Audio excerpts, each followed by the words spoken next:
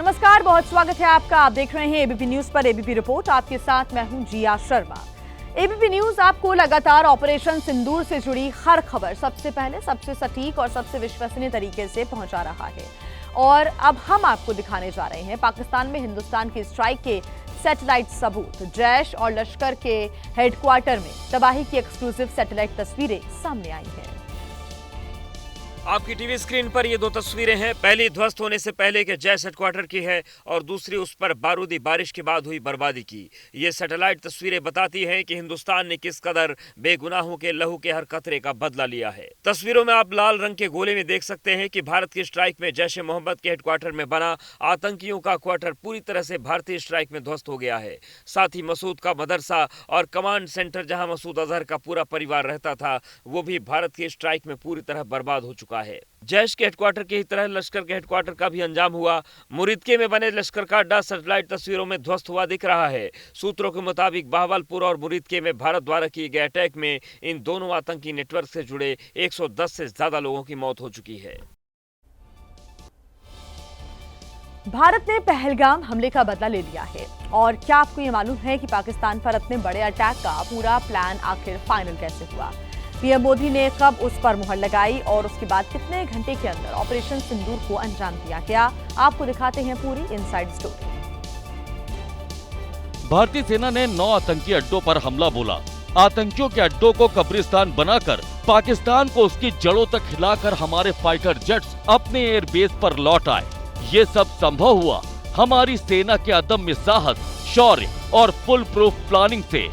ABP news को सूत्रों से जो जानकारी मिली है उसके मुताबिक 3 मई को साउथ ब्लॉक में एक गुप्त बैठक हुई। बैठक में तीनों सेना प्रमुख शामिल हुए। एनएसए अजित डोभाल ने तीनों सेनाओं के अफसरों की एक टीम चुनी और उसी दिन यानी 3 मई को अफसरों को साउथ ब्लॉक में ही क्वारंटीन कर दिया गया। किसी को न तो बाहर जाने की इजाजत थी और न ही परिवार या किसी और से कांटेक्ट करने की। इसके बाद RAW यानी रॉ ने एनएसए अजित डोभाल को पाकिस्तान के 21 टेरर कैंपों की लिस्ट दी। डोभाल के स्पेशल टीम ने इनमें से 9 कैंपों की पहचान की। 5 मई को जब एनएसए अजित डोभाल पीएम मोदी से मिले तो उन्होंने पूरा प्लान बताया और पीएम मोदी ने प्लान को मंजूरी दे दी। उसके बाद 6-7 मई की रात ऑपरेशन सिंदूर को अंजाम दिया गया। पाकिस्तान पर स्ट्राइक की गई। पूरे ऑपरेशन की निगरानी खुद पीएम मोदी कर रहे थे। पहलगाम आतंकी हमले का बदला भारतीय सेना ने बजरंग बली स्टाइल में लिया है। जी हां, 22 अप्रैल को जब पहलगाम में आतंकी हमला हुआ वो मंगलवार का दिन था और 6 और 7 मई की दरमियानी रात को ऑपरेशन सिंदूर लॉन्च किया गया। तब मंगलवार की ही रात 6 और 7 मई की दरमियानी रात जब आप चैन से सो रहे थे, तब भारतीय सेना के जवान पाकिस्तान और उसके आतंकियों की नींद उड़ा रहे थे। तीनों सेनाओं ने आतंकवाद के खिलाफ ऑपरेशन सिंदूर लॉन्च किया था। पीओके से लेकर पाकिस्तान तक आतंकियों के ठिकाने पर प्रचंड बारूदी प्रहार किया गया। उन्हें नेस्तनाबूद कर दिया गया। भारतीय सेना अपने साहस, शौर्य और संयम की शक्ति के लिए जानी जाती है और ऑपरेशन सिंदूर में इसी का परिचय देते हुए 25 मिनट के भीतर आतंक के 9 ठिकानों को बारी बारी से तबाह किया गया। मित्रों, हमने हनुमान जी के उस आदर्श का पालन किया है जो उन्होंने अशोक वाटिका उजाड़ते समय किया था। जिन मोहि मारा तिन मोहि मारे। हमने केवल उन्हीं को मारा जिन्होंने हमारे मासूमों को मारा।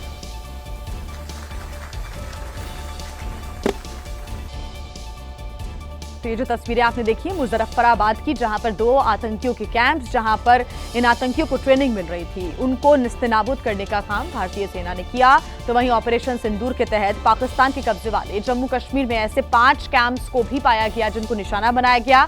इन्हीं कैंप्स में आतंकियों को ट्रेन किया गया था। इन ट्रेनिंग सेंटर्स पर भी बमबारी हुई है, मिसाइल अटैक हुआ है और उनको धराशायी कर दिया गया। ये कोटली इलाके के गुलपुर कैंप की तस्वीर है जिसे हिंद की सेना ने पूरी तरह से बर्बाद कर दिया। यहाँ लश्कर-ए-तैयबा का अड्डा था जो लाइन ऑफ कंट्रोल से 30 किलोमीटर दूर है। इस अड्डे में छिपे आतंकवादी जम्मू कश्मीर के राजौरी और पुंछ में आतंकी वारदातों को अंजाम देते थे। नक्शे पर इस इलाके को देखिए। इसमें 13 नंबर वाला इलाका गुलपुर कैंप हुआ करता था, जिसका अब नामो निशान मिट चुका है। LOC से 30 किलोमीटर दूर था लश्कर-ए-तोयबा का बेस था। पाकिस्तान के अवैध कब्जे वाले जम्मू कश्मीर के कोटली इलाके में ही अब्बास कैंप है।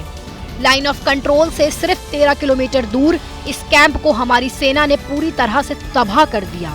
यहीं पर लश्कर-ए-तैयबा के आत्मघाती हमलावर ट्रेनिंग लेते थे। नक्शे पर ये जो 14 नंबर वाला इलाका है, यही कोटली का अब्बास कैंप है। यहाँ करीब 50 आतंकियों की जिहादी ट्रेनिंग का इंतजाम था, जिसके चिथड़े हमारी सेना ने उड़ा दिए।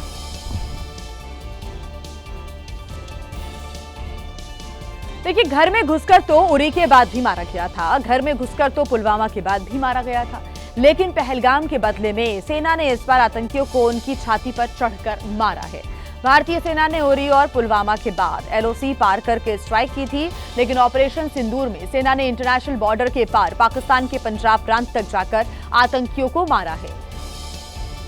उनकी रीढ़ की हड्डी तोड़ी है। लश्कर, जैश, हिजबुल के हेडक्वार्टर यानी कि बहावलपुर, मुरीद के और सियालकोट, ये तीनों ही वो इलाके हैं जो कि पाकिस्तान के पंजाब प्रांत में आते हैं। इस हमले में लश्कर के 5, जैश के 3 अड्डे जो है मटियामेट हुए हैं। एक अड्डा हिजबुल मुजाहिदीन का भी है।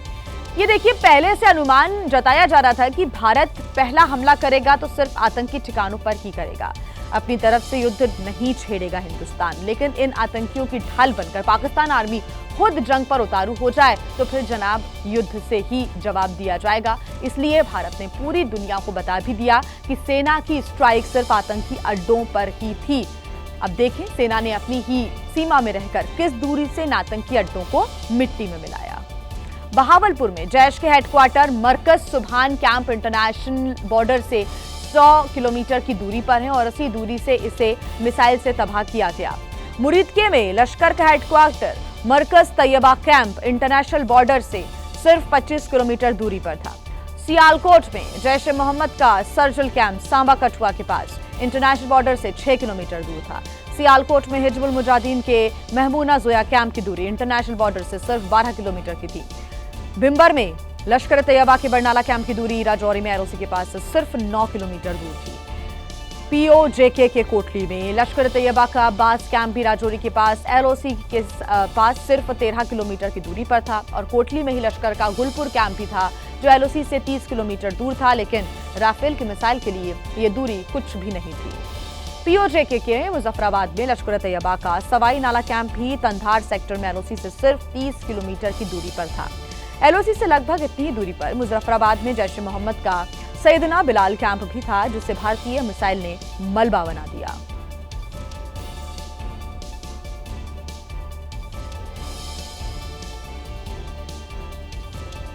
तो प्रधानमंत्री नरेंद्र मोदी ऑपरेशन सिंदूर के दौरान लगातार नजर बनाए हुए थे। ऑपरेशन सिंदूर करीब 25 मिनट तक चलता रहा। कोटली में रात 1:04 पर ऑपरेशन सिंदूर लॉन्च किया गया। ये लश्कर तैयबा के सुसाइड बॉम्बर का ट्रेनिंग कैंप था। रात 1:06 से 1:10 तक भारतीय सेना ने मुरीद के लश्कर तैयबा के ठिकानों को उड़ाया। ये लश्कर का हेडक्वार्टर और बड़ा ट्रेनिंग कैंप है। रात 1:12 पर बहावलपुर में जैश ए मोहम्मद के प्राइमरी बेस को तबाह किया गया, जहां जैश के आतंकी ऑपरेशन की प्लानिंग तैयार होती थी। रात 1:15 पर सियालकोट में आतंकियों के लॉजिस्टिक हब पर स्ट्राइक की गई। रात 1:17 पर मुजफ्फराबाद में ऑपरेशन किया गया, जहां आतंकियों की ट्रेनिंग और हथियार रहते हैं। रात 1:19 पर भीमबर में ऑपरेशन को अंजाम दिया गया। यह आतंकियों की ट्रेनिंग और भर्ती का अड्डा है। रात 1:22 पर चकअमरू में स्ट्राइक की गई। यह आतंकियों के घुसपैठ का लॉन्चिंग पैड है। रात 1:25 पर गुलपुर में ऑपरेशन सिंदूर को अंजाम दिया गया, जहां आतंकियों के ट्रेनिंग कैंप का खात्मा किया गया। रात 1:28 पर मुरीकदे में दूसरी बार स्ट्राइक की गई। लश्कर के दूसरे कैंप का सर्वनाश किया गया। और देखिए, ऑपरेशन सिंदूर की इस सफलता के बाद केंद्र सरकार ने आज सर्वदलीय बैठक बुलाई है। बड़ी जानकारी, सुबह 11 बजे से यह बैठक शुरू हो जाएगी और रक्षा मंत्री राजनाथ सिंह, गृह मंत्री अमित शाह के साथ केंद्रीय मंत्री किरेन रिजिजू भी इस बैठक में हिस्सा लेंगे। पाकिस्तान में बैठे आतंकियों को ऑपरेशन सिंदूर से सबक सिखाने के बाद आज केंद्र सरकार अहम सर्वदलीय बैठक करने जा रही है। सुबह होने वाली इस बैठक में विपक्षी नेताओं को कई अहम बातों के बारे में सरकार की ओर से जानकारी दी जाएगी। बैठक की अध्यक्षता रक्षा मंत्री राजनाथ सिंह करेंगे। गृह मंत्री अमित शाह बैठक में मौजूद रहेंगे। संसदीय कार्य मंत्री किरेन रिजिजू भी केंद्र सरकार का पक्ष रखेंगे। विपक्षी नेताओं को ऑपरेशन सिंदूर की जानकारी दी जाएगी। राष्ट्रीय सुरक्षा के मामलों को लेकर अहम चर्चा होगी। सुबह 11 बजे से संसद परिसर में बैठक होगी। बुधवार को ही केंद्रीय कैबिनेट की बैठक में पीएम मोदी ने ऑपरेशन सिंदूर की जानकारी साझा की और भारतीय सेना के जवानों की जमकर तारीफ की। हालांकि आज होने वाली बैठक में पीएम मोदी शामिल होंगे या नहीं, यह भी साफ नहीं है, जिसे लेकर कांग्रेस ने पीएम मोदी के शामिल होने की मांग की है। हम उम्मीद करते हैं प्रधानमंत्री इस सर्वदलीय बैठक की अध्यक्षता करें और सभी पॉलिटिकल पार्टी से बातचीत करें, उनको विश्वास में लें, आगे क्या कदम उठाने हैं। गृह मंत्री अमित शाह ने पाकिस्तान और नेपाल की सीमाओं से लगे राज्यों के मुख्यमंत्रियों के साथ बैठक की, जिसमें शामिल तमाम मुख्यमंत्रियों ने ऑपरेशन सिंदूर के लिए पीएम मोदी को बधाई दी। बैठक के बाद ममता बनर्जी ने कहा कि आतंकवाद के मुद्दे पर कोई मतभेद नहीं है। पाकिस्तान से जारी तनाव के मद्देनजर गृह मंत्री अमित शाह की अध्यक्षता में अहम बैठक हुई। इस बैठक में पाकिस्तान और नेपाल की सीमा से सटे राज्यों के मुख्यमंत्रियों और उपराज्यपालों ने हिस्सा लिया, जहां पर तमाम राज्यों के मुख्यमंत्रियों और उपराज्यपालों ने आतंकियों के खिलाफ चलाए गए ऑपरेशन सिंदूर की कामयाबी पर प्रधानमंत्री नरेंद्र मोदी को बधाई दी। इस बैठक में शाह ने साफ किया कि पहलगाम में हुई आतंकी वारदात को किसी भी हाल में बर्दाश्त नहीं किया जा सकता है। उन्होंने कहा कि पहलगाम आतंकवादी हमले को नजरअंदाज किए बिना उचित जवाब दिया गया, जिससे दुनिया को एक कड़ा संदेश गया। भारतीय सशस्त्र सेनाओं के इस हमले में आतंकी संगठनों के ट्रेनिंग सेंटर और हथियारों के ट्रेनिंग सेंटर के 60 ठिकानों को नष्ट किया गया। इस समय देश ने जो एकता दिखाई, उससे देशवासियों का मनोबल बढ़ा है। वहीं बैठक में शामिल पश्चिम बंगाल के सीएम ममता बनर्जी ने भी कहा कि आतंक के खिलाफ लड़ाई में वो सरकार के साथ हैं। भारत के ऑपरेशन सिंदूर से तिलमिलाए पाकिस्तान की तरफ से सीजफायर का उल्लंघन लगातार जारी है। लगातार सीमा पार से फायरिंग की जा रही है, तो वहीं भारतीय सेना की तरफ से भी इसका मुंहतोड़ जवाब दिया जा रहा है। भारत के ऑपरेशन सिंदूर से पाकिस्तानी सेना बदहवास हो गई है, जो लगातार बॉर्डर पार से भारत के रिहायशी इलाकों को निशाना बना रही है। पाकिस्तान की नापाक फायरिंग में पुंछ में तैनात भारतीय जवान दिनेश कुमार शहीद हो गए। वो हरियाणा के पलवल के रहने वाले थे।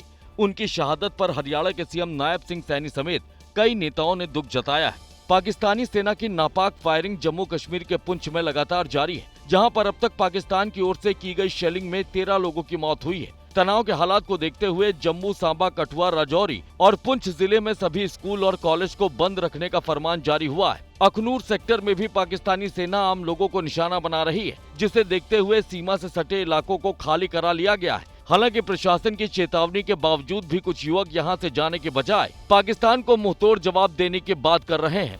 पंजाब के फिरोजपुर में भी पाकिस्तानी सेना आम लोगों को निशाना बना रही है, जिसकी वजह से यहां पर लोग घरों को खाली कर सुरक्षित जगहों की ओर जा रहे हैं। वहीं भारतीय सेना यहां भी पाकिस्तानी सेना को मुंहतोड़ जवाब दे रही है।